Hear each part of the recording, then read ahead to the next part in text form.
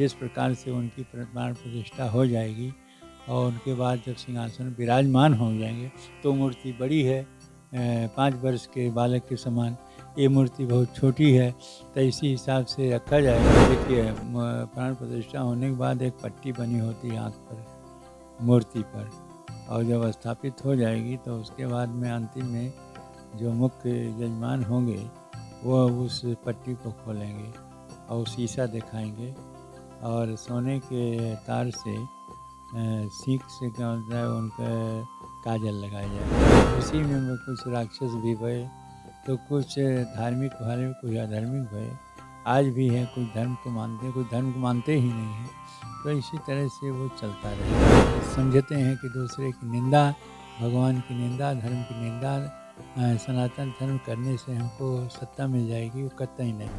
नमस्कार, the Bharat now में आपका स्वागत है। मैं हूं कविता और इस समय मैं मौजूद हूं श्री राम जन्मभूमि तीर्थ क्षेत्र के मुख्य पुजारी श्री सत्येंद्र दास जी के साथ। स्वामी जी, आपका बहुत बहुत स्वागत है हमारे चैनल में। धन्यवाद। स्वामी जी, सबसे पहले तो मैं आपसे यही जानना चाहूँगी कि आप वो व्यक्ति हैं जो कि रामलला जब प्रकट हुए वहाँ पर, तो आप पहले व्यक्ति थी जिन्होंने उसे देखा और वहाँ पर उन्होंने संभाला, उसे एक सुरक्षित जगह पे रखा है। उसके बारे में कुछ बताइए। देखिए वो बहुत पुरानी बात बोल रही है, सारी बात जानकारी नहीं है। 23 दिसंबर 1949 में वो रामलला प्रकट हुए थे, जब विवादित ढांचा था जिसे तथाकथित मस्जिद कही जाती थी। हम आए हैं 58 में आए हैं, तब से वहाँ हमारा संबंध जुड़ा रामलला से, क्योंकि प्रतिदिन वहाँ प्रतिवर्ष रामनवमी पर वहाँ उत्सव हुआ करता था। जहाँ रामलला विराजमान थे उसकी अनुमति लेनी पड़ती थी, उसमें जाया करते थे। हम मुख्य पुजारी के रूप में 1 मार्च बांध बैठे हुए हैं और 6 दिसंबर को वो विवादित ढांचा गिर गया है। तब से रामलला तिरपाल में 28 साल रहे। 28 साल के बाद अस्थायी मंदिर में अभी विराजमान है, जहाँ उनकी पूजा अर्चना हो रही है।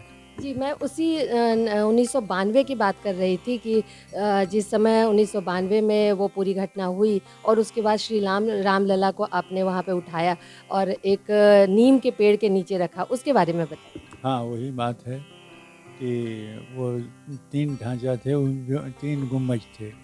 पहले उत्तर का गिरा, फिर दक्षिण गिरा, बीच वाले गुम्बज में रामलला थे।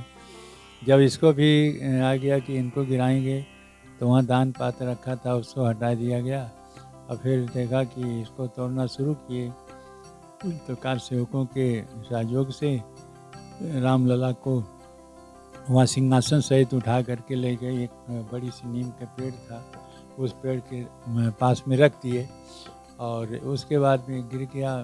लगभग शाम 6 साढ़े 6 तक गिर गया। तीनों ढांचा गिर गए। फिर लोग कार सेवकों ने वहाँ बीच वाले जहाँ रामलला थे उसको बराबर कर दिया, बराबर करके बल्ली गाड़ करके और तिरपाल लगा के एक मंडप बना दिया और उसी मंडप में फिर रामलला को स्थापित कर दिया सिंहासन सहित। फिर वहीं पूजा होना शुरू हो गया। जी, जब से रामलला की मूर्ति मिली हम लोगों को 1992 के बाद, तब से आप वहाँ पे पूजा कर रहे हैं, उसके बारे में बताइए। देखिए वहाँ हम पहले विवादित ढांचा में किए, रामलला विराजमान थे। इसके बाद 6 दिसंबर गिरने के बाद जब रामलला दरबार में चले गए तो वहाँ पूजा अर्चना शुरू की। उसमें रिसीवर होते थे जो कोर्ट के द्वारा नियुक्त किए जाते हैं, उन्हीं के देख रेख में यह पूजा अर्चना भोग राग रामलला की सारी व्यवस्था रही। उसमें जो तिरपाल लगा था उसको भी इस रूप से रखना पड़ता था कि वर्षा और गर्मी और सर्दी से बचाव हो, लेकिन ऐसा होता नहीं था और वर्षा में प्रभाव रहा, ठंडी में भी, गर्मी में भी।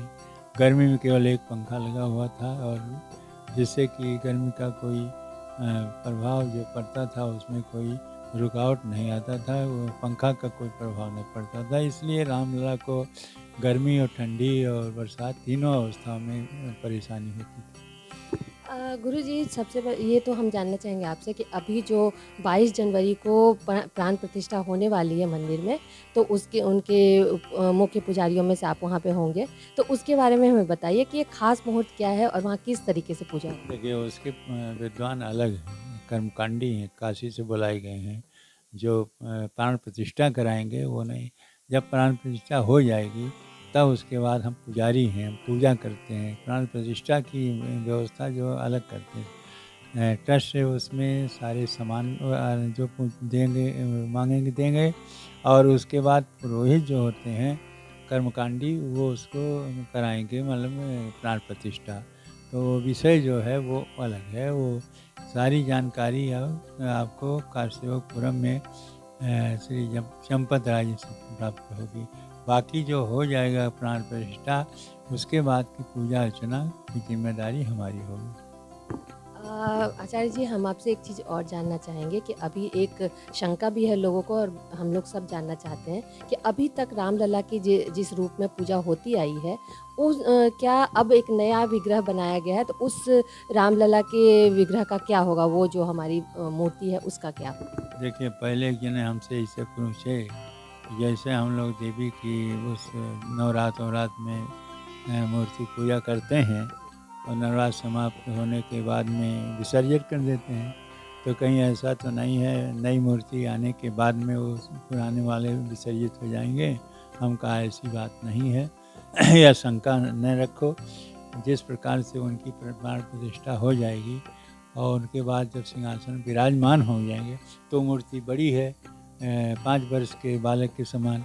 ये मूर्ति बहुत छोटी है, तो इसी हिसाब से रखा जाएगा कि ये भी मूर्ति रहे वो भी मूर्ति रहे। कहने का तात्पर्य है कि गर्भगृह में वहाँ पर जो नई मूर्ति है उसके साथ पुरानी मूर्ति भी रखी हाँ, जाएगी। पुरानी मूर्ति जितनी मूर्ति हैं सब वहाँ हनुमान जी हैं, चारों भाई की मूर्ति हैं, शालिग्राम हैं, ये सारी मूर्तियाँ वहाँ रखी जाएंगी और उसी ढंग से पूजा होती रहेगी जिस ढंग से होता आया है।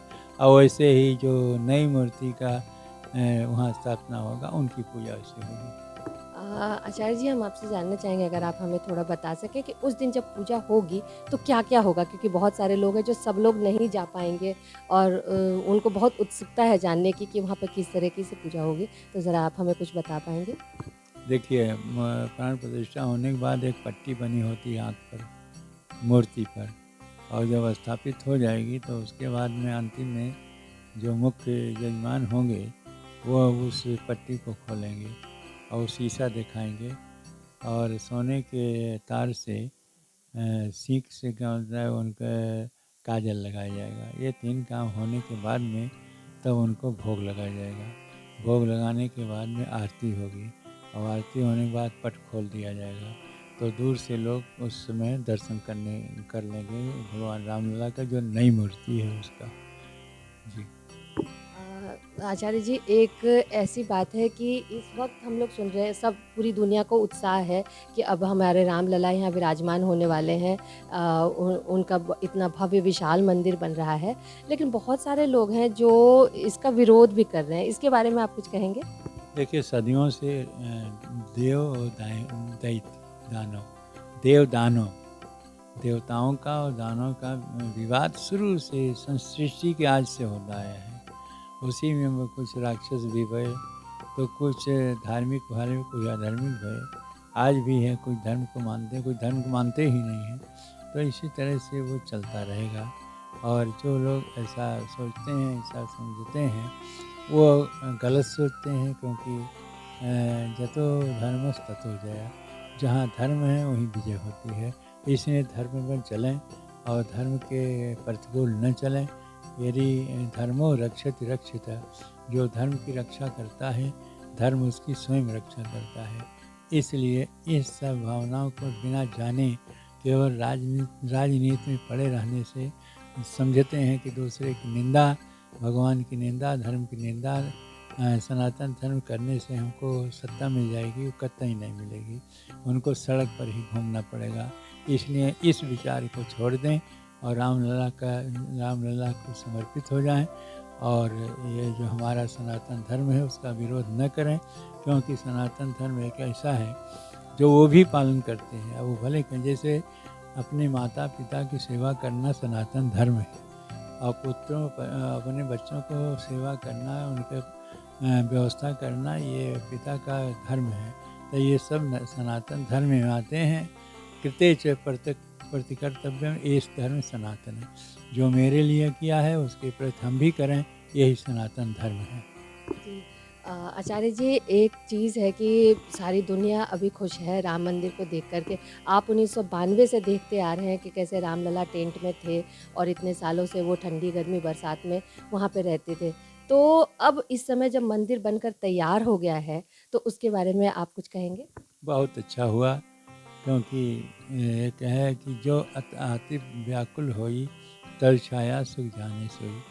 जब हमको दुःख के बाद सुख आता है, तो हम दुःख को भूल जाते हैं, याद नहीं आता। उसी प्रकार से जो कठिनाइयाँ इतने वर्षों तक, जैसे 14 वर्ष तक भगवान राम वनवास में रहे, तब भी वो कठिनाइयाँ झेले।